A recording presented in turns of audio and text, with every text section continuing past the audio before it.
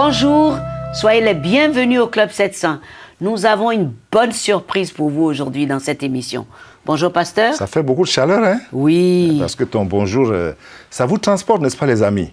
Et vous êtes présents avec moi, hein, pour vous servir le pasteur Raymond Kofi. Et je suis Passi Domingo pour vous dire que j'ai eu vraiment la chance de rencontrer de très bonnes personnes, rien que pour vous aujourd'hui. Alors, la personne dont Massi dit ici, c'est qu'elle a eu l'occasion, hein, de rencontrer le musicien de renom. Aujourd'hui, chante Bernard Sissa. Mais bien des années avant, ce n'était pas cela, hein, sa vie. Suivez un peu son histoire et son parcours, surtout.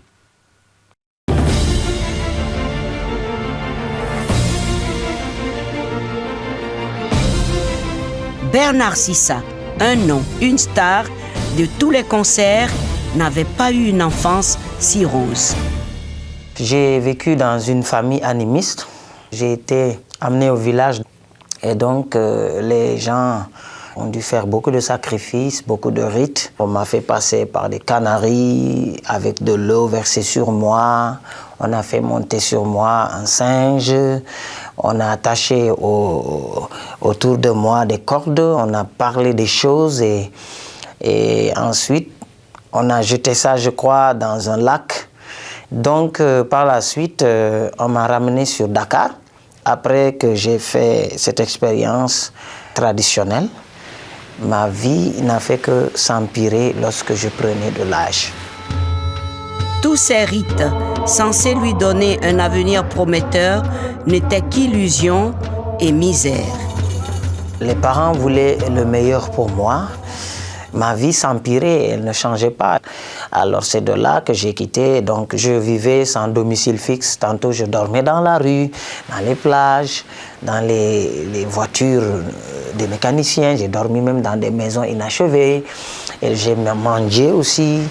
Beaucoup ne le savent pas. Et donc j'ai vécu toute cette vie-là pour trouver la solution, mais je n'ai pas pu trouver la solution. De façon inattendue, une des solutions se présenta à lui à travers une curiosité très étonnante. J'avais entendu parler des gens, des chrétiens, qui faisaient des sacrifices de sang. On me dit que c'est des évangéliques, ils boivent le sang et des choses comme ça. Et puis on m'a dit que ces gens, ils dansent dans la présence de Dieu, ils font le bruit, n'ont aucun respect pour Dieu et tout. Ben, je me suis dit dans ma curiosité, je suis arrivé un dimanche et dans le culte, j'ai vu la même chose, les gens dansaient et ils ont fait une sainte scène et je croyais que c'est ce sang-là, le sang des humains que les gens buvaient. Donc j'ai dit, mais moi, ça c'est grave. À la fin du culte, on m'a fait savoir que non, ce sang, ce n'était pas le sang humain, c'était pas du sang, d'ailleurs c'était du sirop qu'on donne aux gens. C'était juste une façon de se rappeler de ce que Jésus a coulé, son sang à la croix. Et que les danses étaient parce que Dieu veut que nous soyons dans la joie et que l'on danse dans sa présence. Et c'est là que j'ai compris. J'ai eu après la conviction que vraiment, il y avait la vie et il y a la vie ici. Avec la parole de Dieu et la conviction, le jeune Sissa expérimenta la bénédiction de Dieu pour son futur. Vraiment, je dois remercier Dieu parce que dans cette église méthodiste, j'ai appris mes premières notes de piano et j'ai appris les 4 voix de la chorale. Et donc, c'est là que j'ai commencé la musique. Le Seigneur m'a permis de rencontrer aussi un homme, un ingénieur de son appelé Steven Totteberg, qui a même eu à travailler à Sony Music avec Tina Turner, tous ces grands. Et donc, j'ai eu la formation de 4 ans dans le label allemand, à Maison Yes. Et donc, c'est là que j'ai appris la composition, l'arrangement, la production et toutes ces choses-là.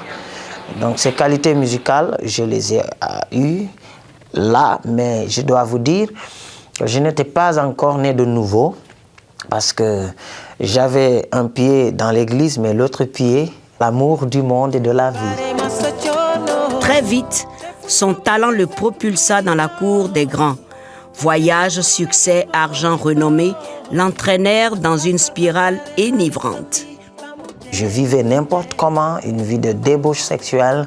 Je buvais l'alcool. Avant, je ne buvais pas l'alcool. Mais dès que j'ai commencé les voyages, j'ai commencé à boire avec les autres. Et vous voyez, toutes ces choses-là, pour moi, c'était horrible. Et pour moi, ce n'était pas vraiment la vie. Jusqu'au jour où il faillit mourir à cause d'une maladie très grave. Le Seigneur m'a permis un jour de tomber dans la maladie, dans une attaque de mort subite. Et donc, une fois, je suis allé à l'hôpital, resté là-bas longtemps. J'ai eu encore cette attaque de mort subite, de maladie grave. Je tremblais, je sursautais partout. Tout à coup, je me suis rappelé du nom de Jésus. J'ai prononcé le nom de Jésus contre les esprits de mort 15 minutes. Tout à coup, j'ai senti quelque chose quitter ma vie, mon corps. Je me suis retrouvé tombé par terre en train de pleurer et de crier le nom de Jésus. Et c'est ce jour-là que j'ai compris que j'avais quelque chose avec moi que je ne connaissais pas, c'était le nom de Jésus-Christ. J'ai vécu beaucoup de temps dans l'église sans connaître la valeur de son nom. J'ai fait beaucoup de pays sans connaître la valeur de son nom. Et c'est ce jour-là que Dieu a marqué de me révéler la puissance et la valeur du nom de Jésus. Et ce jour-là, j'ai senti que j'étais libéré, que Dieu a voulu que je sois mis à part pour sa gloire. Après cette forte expérience, Bernard Sissa quitta tout. Ce ne fut pas si facile. Oh, que c'est difficile de tourner dos au monde avec ses plaisirs, avec ses richesses et tout. C'était difficile, je dois l'avouer. Mais par contre, c'était une expérience que le Seigneur était en train de m'apprendre à vivre. Et alors j'ai chanté, j'ai fait un album.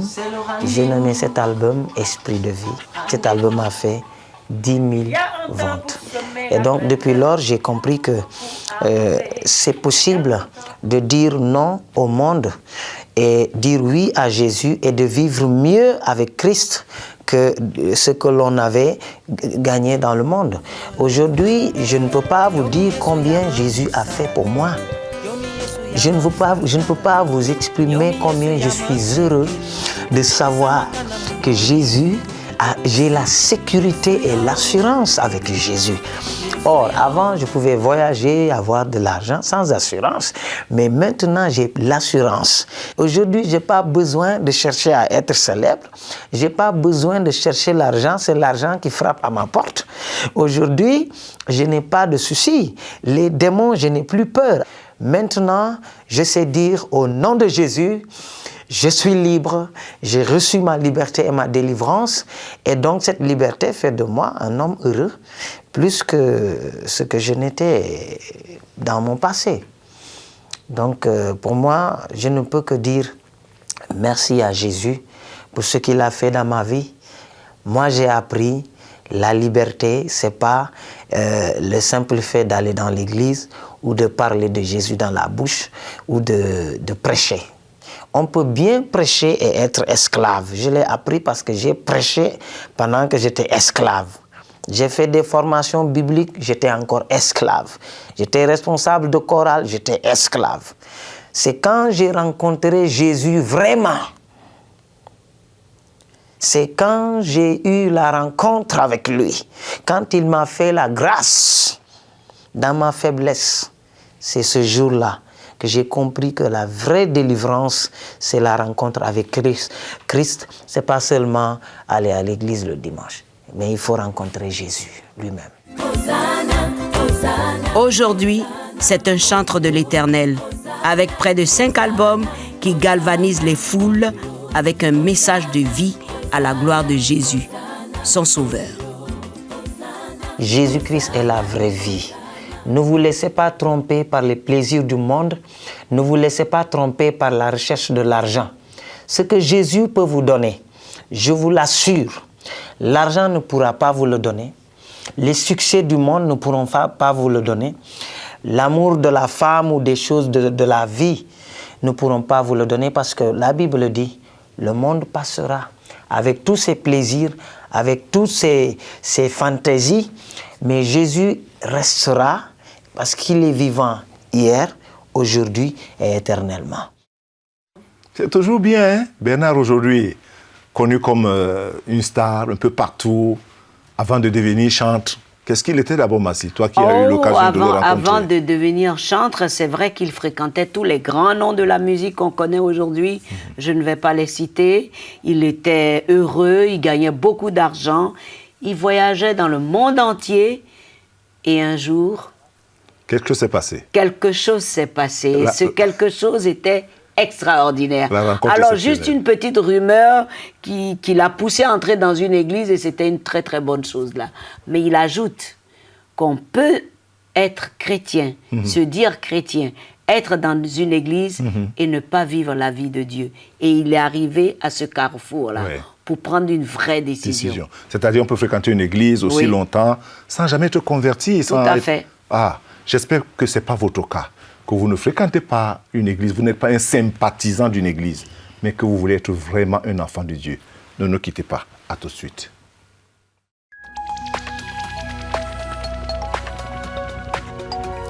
Si vous avez des questions spirituelles, des besoins de prière ou même si vous avez besoin de conseils, n'hésitez pas à nous contacter aujourd'hui à cette adresse ou au numéro suivant.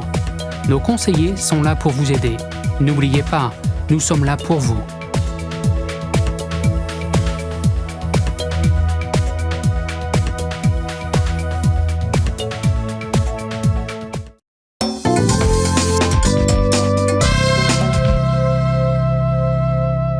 Bienvenue de nouveau au Club 700. Voici votre rubrique préférée, questions-réponses. Ah oui, Massi, je crois qu'il y a beaucoup de personnes qui attendent ces moments-là. Mais bien sûr, parce qu'on reçoit des milliers de questions, on sélectionne juste quelques-unes. Alors les gens se posent, est-ce que la mienne sera... sera lue et tout. Okay. Alors il y en a une qui est revenue, que je vais dire tout à l'heure, mais on commence par celle-ci. Pasteur, que pensez-vous de cette prière où on nous demande quelquefois de renvoyer le mal à nos ennemis, dans le genre connu « retour à l'envoyeur ». Je ne vois pas très bien où est-ce que ça se retrouve dans la parole de Dieu, de façon, surtout dans la Nouvelle Alliance. Le Seigneur nous dit, aimez vos ennemis, faites du bien à ceux qui vous maltraitent, priez pour ceux qui vous... Alors, si je me mets à prier maintenant pour mon ennemi, ou alors celui qui est mon ennemi, et puis je lui renvoie encore... je ne sais pas à quoi, tout le mal qu'il me fait, à quoi servirait ma prière? Donc il faudra faire un peu attention. Je crois que le Seigneur nous enseigne, nous n'avons pas à combattre contre le sang et la chair. Tout à fait. Notre ennemi, l'ennemi, c'est le diable. Et les gens ont tendance de perdre cela de vue et de voir leur prochain comme leur adversaire principal. Derrière l'attitude, derrière le comportement d'une personne contre toi, il faut voir la main de l'ennemi. La personne qu'il faut réprimander ici, la personne à qui il faut s'opposer, c'est Satan. La personne à qui il faut résister, la Bible dit résister à Satan, il fuira loin de vous. Alors je sais qu'aujourd'hui il y a tellement de pratiques et des doctrines qui enseignent, qui encouragent même à certaines heures de la nuit à faire certaines prières. J'ai peur que ce soit du spirit et que pratiquement c'est de la sorcellerie, c'est-à-dire c'est pas entraîner les gens dans les voies du Seigneur. Voilà, fais vraiment très attention, dans certaines choses qu'on entend et qu'on veut faire sous prétexte que c'est le Seigneur. Pas de retour à l'envoyeur, pas du tout. Non. Nous avons affaire à Satan, c'est tout. C'est tout, voilà. Alors, on revient sur la question qu'il est difficile pour un riche d'entrer au paradis qu'un chameau passé par le trou d'une aiguille. Je vais peu illustrer cela avec cette parole du Seigneur, qui a dit ceci. Comment vois-tu la poutre, la paille, je veux dire, la paille dans l'œil de ton frère, et tu ne vois pas la poutre qui est dans ton œil? Et il dit, ôte d'abord la paille qui est dans l'œil de ton frère avant de t'occuper de ta poutre. Ou bien plutôt, ôte d'abord la poutre qui est de ton œil avant de t'occuper de la paille de ton frère. Oui. Dans la version grecque, ou alors hébreu, si vous voulez prendre la traduction normale, ici, la paille, c'est un peu le fil dentaire dans l'œil de ton frère. Et la poutre ici, dans ton œil, c'est le poteau téléphonique. Tu vois la différence? Ah bon, je t'écoute. C'est un poteau téléphonique dans mon œil. Alors que dans l'œil de Massi, il y a le fil juste un dentaire. petit fil. Et il faut toute une vie pour enlever le poteau téléphonique. Donc, si je m'occupe à enlever le poteau de téléphone qui est à mon œil, je n'aurai pas le temps de m'occuper de la paille de l'autre. Et c'est ce que le Seigneur veut dire. C'est très important. Les gens doivent considérer les attitudes de cœur que ce qui est extérieur. C'est ça la question. Et c'est ça la réponse. C'est surtout. Merci pour cette explication parce que c'est tellement confus dans la tête des gens quelquefois. Oui, l'aiguille, la poutre maintenant et la paille donnent vraiment une bonne explication. Tout à fait. Dieu soit loué pour toutes ces choses-là.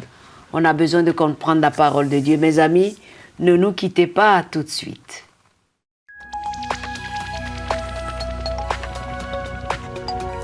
Si vous avez des questions spirituelles, des besoins de prière ou même si vous avez besoin de conseils, n'hésitez pas à nous contacter aujourd'hui à cette adresse ou au numéro suivant.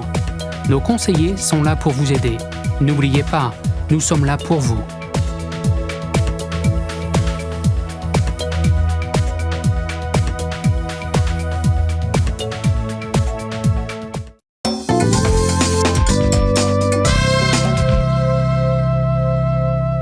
Merci de nous retrouver au Club 700. Mitch était persuadé que Michel allait demander le divorce après les horreurs de son infidélité. Mais regardez cette réaction. Michel surprit son mari la main dans le sac. En parcourant des factures, elle vit des paiements sur des sites pornographiques. Comme c'était la première fois, elle se dit que ce n'était pas trop grave. C'était juste une histoire de garçon, comme font tous les hommes sans doute. Je lui ai juste dit de ne plus recommencer et chaque mois, j'allais lui demander s'il était retourné sur un de ces sites, histoire de lui demander des comptes. C'est une chose que j'ai dû avouer plus d'une fois. Mitch était un enfant de 7 ans quand il ouvrit son premier magazine pornographique, abandonné par son grand frère. Ce seul coup d'œil devint une habitude persistante. C'est devenu une habitude quotidienne. Mitch ne pouvait pas simplement arrêter, il était accro. Et ses confessions n'en finissant jamais, les sentiments de Michel changèrent. À un moment, je me suis dit, je ne veux plus savoir. Vous commencez à vous demander si vous n'êtes pas assez bien pour lui. Vous vous sentez trahi, ça vous brise le cœur. Michel était déjà chrétienne quand ils s'étaient mariés. Mitch était devenu chrétien peu de temps après. Mais le couple était trop préoccupé par le qu'en dira-t-on pour vraiment se soucier de Dieu. Je ne sais pas si je connaissais vraiment mon identité. J'avais probablement peur. J'étais solitaire, en quête de sécurité dans un mariage et non dans le Seigneur. Je pratiquais à ma façon. Je faisais ce que j'étais censée faire, aller à l'église, emmener les enfants à l'école du dimanche, et tout fonctionnait parfaitement. Je croyais en Dieu, mais je ne pense pas qu'il avait une quelconque autorité dans ma vie. Mais ce n'était qu'un masque. Le couple était déjà fragile lorsque son travail envoya Mitch à l'étranger pour quelques mois. Je m'occupais des enfants, de la maison, je m'acquittais de toutes les responsabilités ici, et ça me plaisait beaucoup d'être juste entre filles. Michel n'imaginait pas un instant que Mitch avait une liaison. La chair et le diable m'avaient fait tomber. J'avais laissé ces choses s'interposer entre le Seigneur et moi, entre ma femme et moi. Mais à son retour, les secrets de Mitch le rattrapèrent lorsqu'il remarqua les symptômes d'une maladie sexuellement transmissible. Ce n'est qu'après avoir touché le fond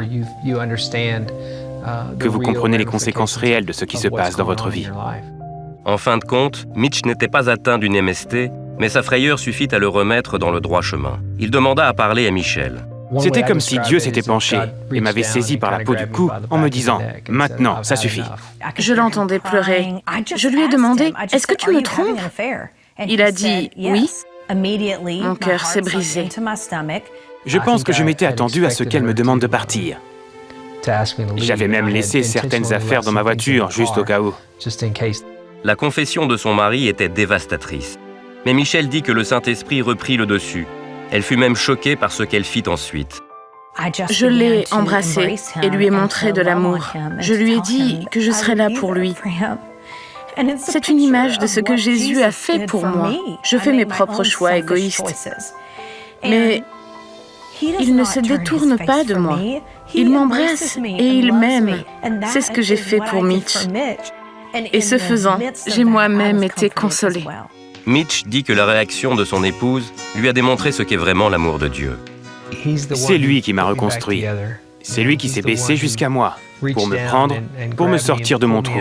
Il a guéri ma vie au travers de Jésus. Mitch et Michelle se firent des amis dans une église locale. Ils joignirent aussi le ministère Celebrate Recovery, qui se base sur la Bible pour aider les gens à surmonter leurs blessures, leurs mauvaises habitudes et leurs dépendances. Cela demande de l'ouverture, un contexte dans lequel vous vous sentez libre d'exprimer ce qui se passe dans votre cœur. Le couple a décidé de mettre Dieu en premier et de lui laisser leur montrer comment s'aimer l'un l'autre. Nous pouvons aimer parce que lui nous a aimés le premier. Je n'aime pas Mitch juste parce qu'il est mon mari. J'aime Mitch parce que Jésus m'aime. Il a payé un prix pour moi. Je dois aimer Jésus plus que je n'aime le péché. Vous voyez les amis, il est très intéressant et édifiant de voir la manière dont Dieu arrange les choses lorsqu'on lui fait confiance et que l'on est prêt à faire des pas vers lui. Et très souvent, l'ennemi utilise les facteurs comme la peur, la honte pour nous voiler l'amour de notre Père céleste. Mais ils sont heureux, ceux qui placent en lui leur confiance formidable et qui lui prennent pour appui et refuge. Et c'est le cas du couple de Mitch et Michelle. Et en plus, quelle belle alliance dans leur nom, n'est-ce pas? La vérité, par le Saint-Esprit, ouvre toujours la porte à la guérison et à la délivrance. Car, comme nous disent les Saintes Écritures quelque part, heureux celui dont la transgression est enlevée, dont le péché est pardonné. Heureux l'homme à qui l'Éternel ne tient plus compte de sa faute et dans l'esprit duquel il n'y a point de fraude. Tant que je me suis tu, mes os se consumaient. Je gémissais toute la journée, car nuit et jour ta main pesait sur moi. Ma vigueur n'était plus que sécheresse comme celle de l'été. Je t'ai fait connaître mon péché. Je n'ai pas couvert ma faute. J'ai dit, je confesserai mes transgressions à l'Éternel. Et toi, tu as enlevé la faute de mon péché. C'est dans le psaume 32. Temps de prière maintenant. Quand on regarde ces cas, on peut dire, le cas de mariage, le mariage doit être honoré. Mais je voudrais prier pour ceux-là qui ont des problèmes dans le foyer, en ce moment même.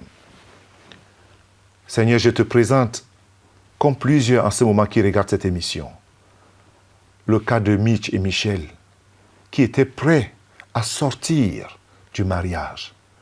Tu es celui qui restaure les foyers. Je prie pour ceux qui sont à cette porte en ce moment même, que la puissance du Saint-Esprit les convainc, que ce que tu veux, c'est leur bonheur. Ce que tu veux, Seigneur, c'est leur restauration. Et les retrouver ensemble. Au nom de Jésus-Christ, tous les plans de Satan pour conduire plusieurs foyers en ce moment au divorce, je les lis et je les annule dans le nom de Jésus-Christ. Amen. Vous savez, les amis, la Bible dit que le mariage soit honoré de tous. Ça veut dire quoi, l'honneur? L'honneur, c'est l'engagement, la fidélité, l'amour, le respect et le devoir. C'est ça l'honneur du mariage. Mais lorsqu'on vit dans une société comme la nôtre où il n'y a plus d'honneur, on peut se poser la question, est-ce qu'il y a encore les mariages?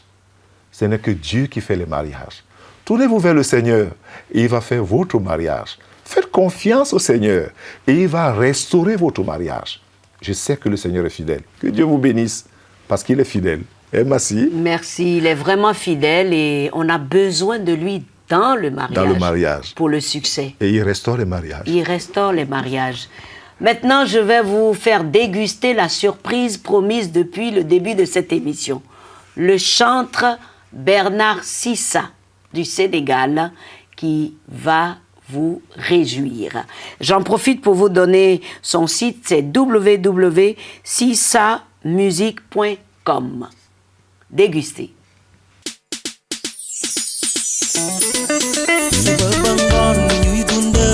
jàmm rek moo ko waralal su ko defee bu lëndëmee ku ne ci ñu nelawal ci làmmiñ yi ci jëfin yi positivité rafetal harmoniser ku ne na def li mu yéene ñu defal ko bu lam doole di jaay doole kile kii di néew ci doole àddina bi de garab la loo fi ji rek ngay góob dañ war a sori di loo naa yow Sénégal li sa looba moo fi gën dañ leen harmoniser dañ war a sori di loo naa yow Sénégal li sa looba moo fi gën dañ leen harmoniser sa dëkkandoo sa nawle la lu tax ba doo leen juboo saafonte leen ngir jàmm ñëw ci kër gi kenn du xeex di buuxante bu ñu bëggee gis asamaan jarul ni xeex di reyante bu ñu bëggee buur yàlla ñëw àddina bi portu ndàll da ngay naan sa morom naan harmoniser harmoniser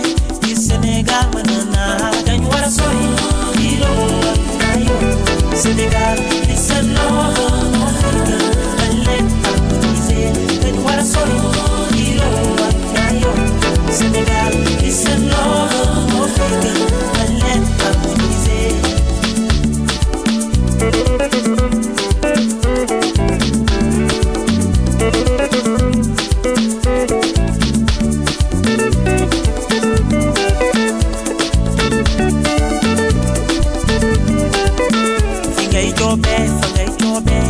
patron bi jox ko respect yow patron liggéeykat bi jàppal ni moom du sa jaam na askan wi fokk seen njiit yi na njiit yi gëstu askan wi respecter lois et règlements pour harmoniser la vie apprenti bi ak client bi nañu déggoo ci karapit bi nañu harmoniser di dimbalante jàppalante dañu war a sori xiroo ak ngaayoo Sénégal li seen loxo moo fi gën dañ leen harmoniser dañ war a sori xiroo ak ngaayoo Sénégal li seen loxo moo fi gën dañ leen harmoniser si ton ennemi a faim donne-lui à manger si ton ennemi a soif donne-lui de l'eau à boire sont des charbons ardents que tu mets sur sa terre ne maudis jamais ton ennemi quand il a besoin de toi, n'insulte jamais ton ennemi quand il s'approche de toi. Nañu harmoniser di dimbalante jàppalante dañu war a sori xiroo ak ngaayoo Sénégal li seen loxo moo fi gën dañ leen harmoniser dañu war a sori xiroo ak ngaayoo Sénégal li seen loxo moo fi gën dañ leen harmoniser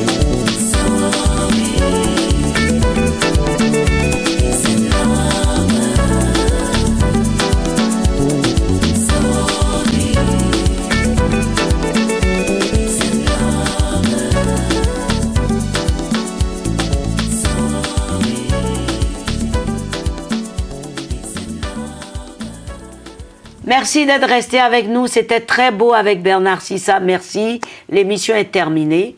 Écrivez-nous, allez sur notre site, visitez-nous sur Facebook et lisez les dévotions. Pasteur, merci. Tout le plaisir, hein, merci. Absolument. Au revoir. À bientôt.